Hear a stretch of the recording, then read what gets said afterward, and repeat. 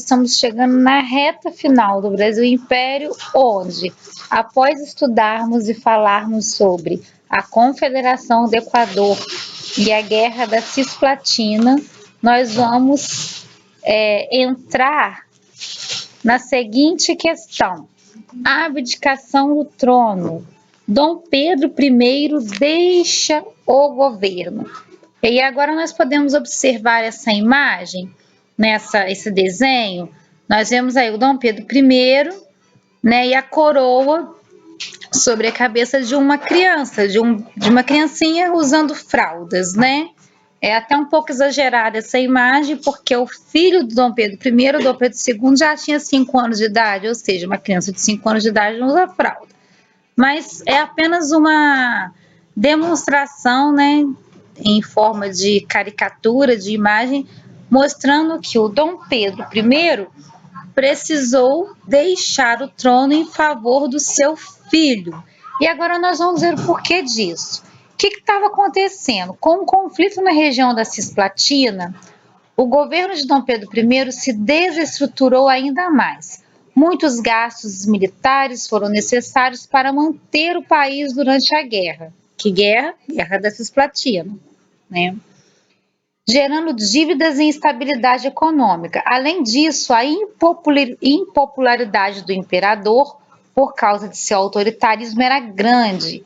Ou seja, eu já falei na aula passada que depois do 7 de setembro, o Dom Pedro I ganhou uma popularidade muito grande, porque foi ele quem proclamou a República, né, em 7 de setembro de 1822.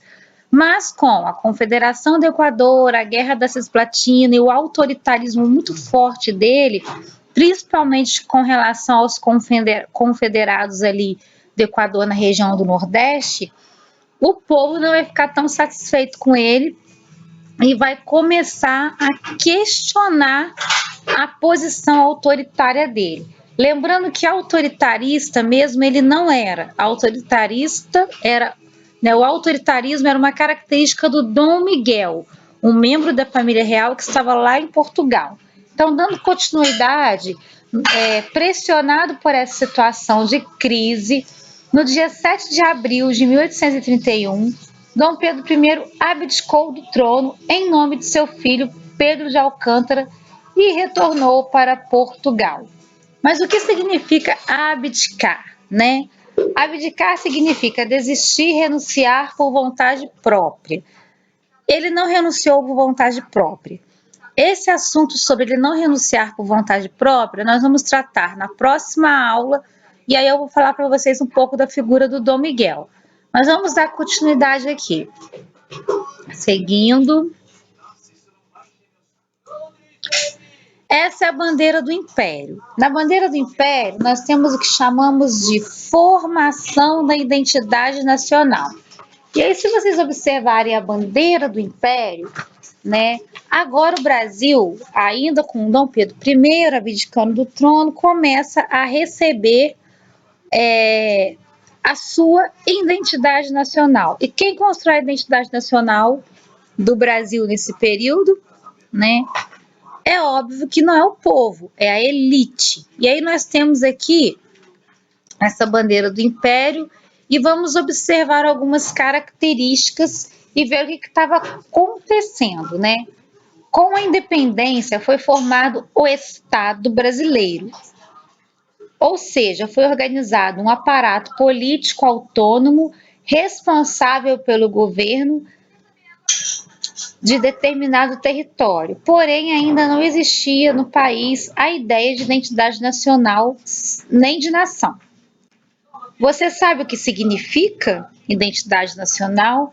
Ter uma identidade nacional significa compartilhar com um grupo de pessoas os mesmos costumes, língua, tradições, origem, formando então uma nação. Isso não aconteceu no Brasil com a independência, pois havia muitas diferenças culturais e sociais entre as províncias e as pessoas não sabiam dizer ainda o que era ser brasileiro. Dependendo de como ocorre a formação dos estados, é comum que os governos precisem se legitimar perante a população. Nesses casos, costuma-se selecionar elementos culturais dos grupos dominantes para apresentar os símbolos do país como um todo, formando assim uma identidade nacional que não corresponde necessariamente aos costumes da população em geral. Um dos primeiros símbolos nacionais criados no primeiro reinado foi a bandeira do Império. Isso aí. A pedido de Dom Pedro I, em 1822, o artista francês Jean-Baptiste Debré desenhou então uma bandeira. E essa bandeira ela vai começar a tomar forma e se tornar a bandeira do Brasil Império. Nação. Uma nação é definida pelo conjunto de aspectos culturais e identitários compartilhados por seus membros. O que isso quer dizer? Aspectos onde existe a mesma língua, os mesmos costumes, os mesmos hábitos, né? A mesma identidade. E aí, a bandeira do Brasil, Império, se vocês observarem bem, as cores da bandeira elas permanecem como as de hoje. E aí, o que nós temos aqui? A cor verde representava a Casa de Bragança, dinastia a qual pertencia Dom Pedro I. No centro da bandeira foram inseridas a esfera armilar e a cruz da Ordem de Cristo, por conta do catolicismo de Portugal e nós termos sido colonizados por Portugal. Então, a nossa religião oficial do Império era o catolicismo, né? As 19 estrelas prateadas representavam as províncias do Império. Então, todas essas estrelinhas aqui são 19 estrelas, ou seja, 19 províncias, né? A coroa, que está aqui acima, representava um símbolo do império e do poder da família real. O losango amarelo, representava a dinastia de Habsburgo, a qual pertence a imperatriz Leopoldina, casada com Dom Pedro I. E os ramos do café e de tabaco faziam referência aos produtos agrícolas cultivados no período do primeiro reinado. Aqui nós temos o ramo do café, onde tem essas frutinhas vermelhas, e aqui o ramo do tabaco, né? Lá na bandeira da Confederação do Equador não é muito diferente, não. A gente também tem o ramo do algodão e acho que tabaco, se não me engano, né? Ou seja, tantos produtos agrícolas já foram produzidos no nosso Brasil. E aí nós temos uma atividade para poder ser feita, que foi passada, e agora nós vamos à correção dela, né? Entender o que é a identidade nacional, como que se formou e sobre a abdicação de Dom Pedro I, né? Ele vai abdicar devido às pressões. Depois voltamos nesse assunto numa aula específica sobre isso. Vamos para a página 300. Na página 300, nós temos questão 3, 4 e 5. Questão 3. Algum elemento da bandeira do Império foi mantido na bandeira atual do Brasil? Resposta: sim, o losango amarelo e o retângulo verde. 4. O que significa dizer que um país apresenta uma identidade nacional? Explique. Significa dizer que uma população ou parte dela compartilha os mesmos costumes, língua, tradições e origem, por exemplo. Vamos para 5. Atualmente, existe uma identidade nacional do Brasil? O que é ser brasileiro para você? Explique. Resposta: a identidade nacional do brasileiro é um conceito sempre em transformação, que pode mudar ao longo do tempo. A nossa identidade brasileira foi construída, então, gente, ela foi construída ao longo dos anos, pelos âmbitos dos sucessivos governos e hoje incorporada, né, a elementos da população também. Faltou dar aqui. Ou seja, a nossa identidade nacional, ela tem muita coisa do indígena, do afro, os imigrantes que vão vir depois, né, posteriormente. E aí nós temos essa imagem aqui, esse quadro aqui, ó, da Tarsila, em que nós vemos Tarsila do Amaral, em que nós vemos vários rostos, ó. Esse quadro é um símbolo, né, dentro da história, tanto da arte quanto da história do Brasil, de identidade nacional. Se vocês prestarem atenção, nós temos negros, nós temos mulatos, nós temos pessoas de tudo quanto é etnia, formando o povo brasileiro. Página 301. Leia a frase a seguir e marque com X na alternativa que representa o trecho que a completa corretamente. Eu não marquei e nem preenchi porque eu vou fazer com vocês. Depois complete a lacuna da frase com o trecho que você escolheu. Era uma característica do governo de Dom Pedro I. Temos o tracinho, né, o espaço para completar. A preocupação em garantir os direitos da população em primeiro lugar, o autoritarismo e a preocupação em garantir seus interesses em primeiro lugar, abolir a escravidão assim que assumisse o poder. E aí nós vamos ver qual é a característica correta. A preocupação em garantir os direitos da população em primeiro lugar? Não.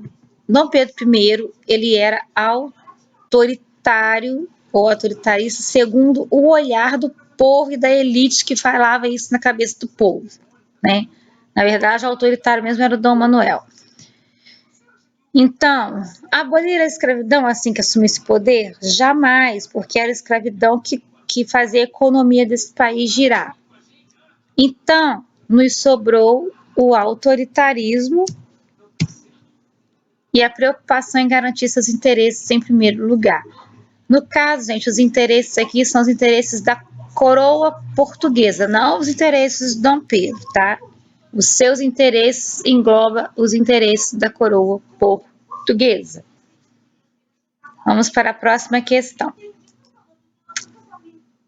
Em 25 de março de 1824, Dom Pedro I ortogou a Constituição Política do Império do Brasil em relação à Constituição de 1824. Assinale a alternativa correta. Letra A. O texto constitucional foi construído coletivamente pela Câmara de Deputados, votado e aprovado em 25 de março de 1824. Expressava os interesses tanto do Partido Liberal quanto do Partido Conservador. Para o futuro,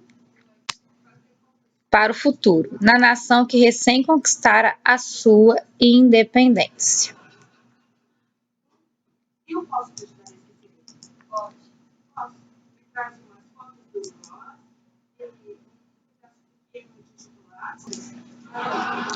Letra B. A Constituição de 1824 instaurava a laicidade no território nacional, extinguindo a religião oficial do Império e expressando textualmente que todas as outras religiões serão permitidas com seu culto doméstico ou particular em casas, para isso destinadas sem forma alguma exterior do templo. Letra C. A organização política instaurada pela Constituição de 1824 dividia-se em 4 poderes: executivo, legislativo, judiciário e moderador, sendo que este último determinava a pessoa do imperador como inviolável e sagrada. Letra D. A Constituição de 24 determinou a cidadania amplificada e o direito ao voto para todos os nascidos em solo brasileiro, independente de gênero, raça ou renda. A Constituição de 1824 promoveu em diversos artigos ideias de cunho abolicionistas e tais ideias foram respaldo para movimentos políticos posteriores, tais como a Revolta dos Farrapos e o Levante dos Malês. Revolta dos Farrapos, Levante dos Malês, podemos destacar porque não está dentro desse contexto. a Constituição de 24 determinou cidadania, dando direito ao voto para todos os nascidos em solo brasileiro. Mentira, só homens letrados e acima de 25 anos votavam e com dinheiro. A letra C é a correta, tá bom? É só focar na organização política instaurada pela Constituição de 24, que divide-se em 4 poderes: executivo, legislativo, judiciário e moderador, sendo que este último determinava a pessoa do imperador como inviolável e sagrada. E aí agora nós vamos para a seguinte questão da página 302. Durante a Confederação do Equador, foram escritos alguns panfletos para divulgar as reivindicações dos revoltosos. A população. Leia a seguir um trecho do panfleto distribuído pelos participantes da Confederação do Equador. Depois responda as questões em seu caderno. Então, eu quero a resposta no caderno que vocês me entreguem depois. Como é uma carta, né, escrita manuscritamente, eu não vou ler aqui para vocês do jeito que está aqui. Eu vou ler do jeito que ela foi escrita, apenas um trecho. Então, na verdade, o que está escrito nesse panfleto é: esta é a ocasião, ó pernambucanos, de mostrar que somos livres, somos fortes, melhor, e pela pátria sofrer 1000 mortes, que ser escravo de déspotas tiranos. Temos Bahia, Ceará e Maranhão, que podemos dispor à nossa vontade. Extingua-se do Brasil a majestade. Basta de servilismo, basta de opressão. Viva a República, viva a liberdade. Então, isso é o que está escrito aqui. Está escrito até um pouco na língua dos espanhóis, porque é ali na região próximo do Uruguai também, né? Aí nós temos ali uma mistura de idiomas, né? Se vocês olharem na página 302, vocês vão ver essa imagem aqui e a carta, né? Um trechinho do que está escrito nessa imagem, escrito exatamente como está lá. Esta é a ocasião, né? Ó pernambucanos, ou ó pernambucanos. E aí, a questão que está sendo pedida aqui é a seguinte: complete as frases referentes à Guerra da Cisplatina com as palavras abaixo. Antes de vocês fazerem essa, vocês vão fazer a letra A, a letra B, a letra C e a letra D no caderno de vocês. E me entregar. Então, a questão 3 é copiar as 4 perguntas no caderno e responder no caderno, tá bom? Complete as frases agora na 4, referente à Guerra da Cisplatina com as palavras abaixo. Bacia do Rio da Prata, Inglaterra, Guerra da Cisplatina, Províncias Unidas do Rio da Prata, abdicar Uruguai. Foi durante o primeiro reinado que ocorreu a... Qual seria a resposta a entrar aqui?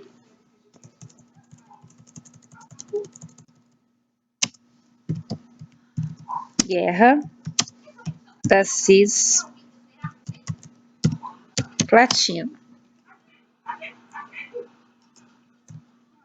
Então, essa é a resposta, a Guerra das Cisplatinas. Vamos colocar até em negrito. Onde atualmente está localizado o Uruguai. Grupos separatistas anunciaram a sua anexação às Províncias Unidas do Rio da Prata. Então, vamos começar aqui, ó. As Províncias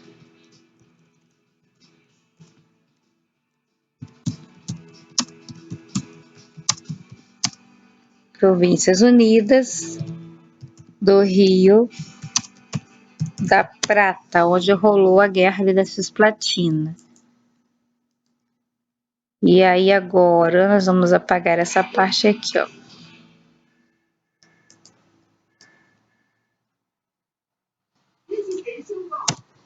Deixar a resposta certinha. Letra C. O fim da guerra só se deu com a intervenção da Inglaterra. A Inglaterra, como sempre, se metendo nos conflitos. Vamos arrumar aqui esse negrito aqui para ficar mais destacado.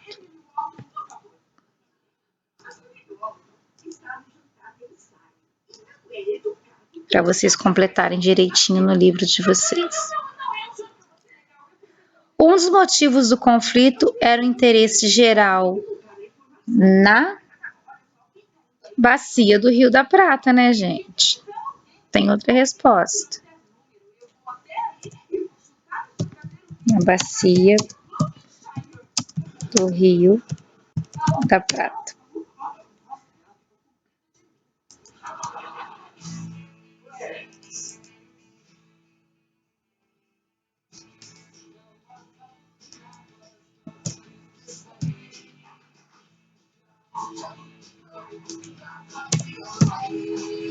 Vamos destacar aqui para ficar bem legal. Que vocês possam fazer a correção no livro de vocês bem feito. Somando a Guerra da Cisplatina com a impopularidade de Dom Pedro I, este se viu obrigado a... Acabei de falar sobre isso, gente. A abdicar, renunciar o trono. Coloquei até em maiúsculo. Tá bom? Para que vocês gravem essa palavrinha. Abdicar. Opa, peguei tudo. Não, só quero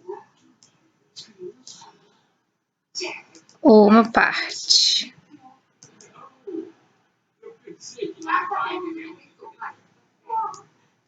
Tiro o negrito. Vamos por abdicar aqui. Prontinho.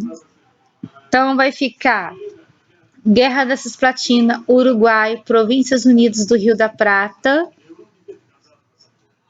Inglaterra, Bacia do Rio da Prata e abdicar. E por fim, na página 302 ainda temos a questão 5. Geralmente, quais estratégias são usadas pelos governantes para legitimar uma identidade nacional? E aí, para legitimar uma identidade de uma nação, os governantes costumam selecionar elementos culturais dos componentes dominantes do Estado, a fim de torná-los símbolos de toda a nação, quando, na verdade, eles não dizem respeito a todos os costumes e tradições do país, mas a um seleto grupo. Então, as estratégias que são usadas pelos governantes para dar legitimidade, para firmar ali a identidade nacional, geralmente pertencem a um grupo seleto, a uma elite. Então, a nossa bandeira lá do Império, ó, vamos voltar lá em cima. Nós temos aqui as duas casas, Bragança e Habsburgo, né? Habsburgo é a casa da Dona Leopoldina, a família de onde ela veio, lá da Áustria, uma família austríaca. E nós temos Habsburgo, né? Com Dom Pedro I em Portugal. Aí vocês param e pensam, nossa, então o Brasil era para ter tido uma monarquia tipo a da França, né? E revoluções tipo a Revolução Francesa, né?